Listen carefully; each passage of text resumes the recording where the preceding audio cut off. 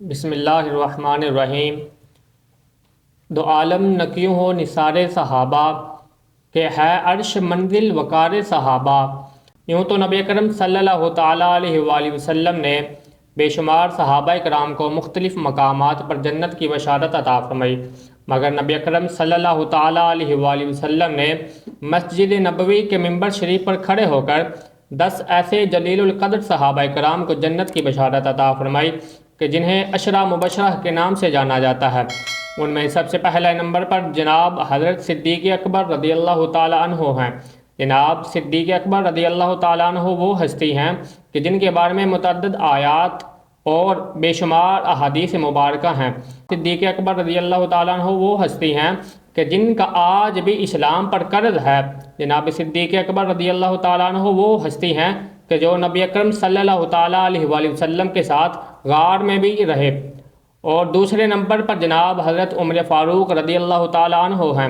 جناب عمر فاروق رضی اللہ تعالیٰ عنہ وہ ہستی ہیں کہ جن کے بارے میں نبی اکرم صلی اللہ تعالیٰ علیہ وآلہ وسلم نے ارشاد فرمایا کہ اگر میرے بعد کوئی نبی ہوتا تو وہ عمر فاروق ہوتا۔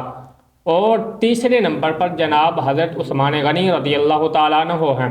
جناب عثمان غنی رضی اللہ تعالیٰ عنہ وہ ہستی ہیں کہ جن کے بارے میں نبی اکرم صلی اللہ تعالیٰ علیہ وآلہ وسلم نے ارشاد فرمایا کہ جنت میں ہر نبی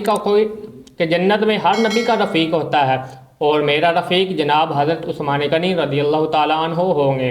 اور چوتھے نمبر پر جناب حضرت علی المرتضیٰ شیر خدا رضی اللہ تعالیٰ عنہ ہیں۔ جناب حضرت علی المرتضیٰ رضی اللہ تعالیٰ عنہ وہ ہستی ہیں کہ جن کے بارے میں نبی اکرم صلی اللہ تعالیٰ علیہ وآلہ وسلم نے ارشاد فرمایا کہ جس کا میں مولا اس کا علی مولا۔ اور پانچویں نمبر پر جناب حضرت طلحہ بن عبید اللہ رضی اللہ تعالیٰ عنہ ہیں۔ اور چھٹے نمبر پر جناب حضرت زبیر بن عوام رضی اللہ تعالیٰ عنہ ہیں۔ اور ساتویں نمبر پر جناب حضرت عبد الرحمن بن عوف رضی اللہ تعالیٰ عنہ ہیں۔ اور آٹھویں نمبر پر جناب حضرت سعد بن ابی وقاص رضی اللہ تعالیٰ عنہ ہیں۔ اور نویں نمبر پر جناب حضرت سعید بن زید رضی اللہ تعالیٰ عنہ ہیں۔ اور 10ویں نمبر پر جناب حضرت عبید اللہ بن جراح رضی اللہ تعالیٰ عنہ ہیں۔ اور یہاں پر ایک شاعر کا قلم اٹھتا ہے اور وہ کہتا ہے، انہی میں ہے صدیق و فاروق و عثمان، انہی میں ہے علی شہ سوار صحابہ، انہی میں ہے بدر و احد کے مجاہد، لقب جن کا ہے جانثار صحابہ، انہی میں ہے اصحاب شجرہ نمایاں، انہی میں ہے اصحاب شجرہ نمایاں، جنہیں کہتے ہیں رازدار صحابہ۔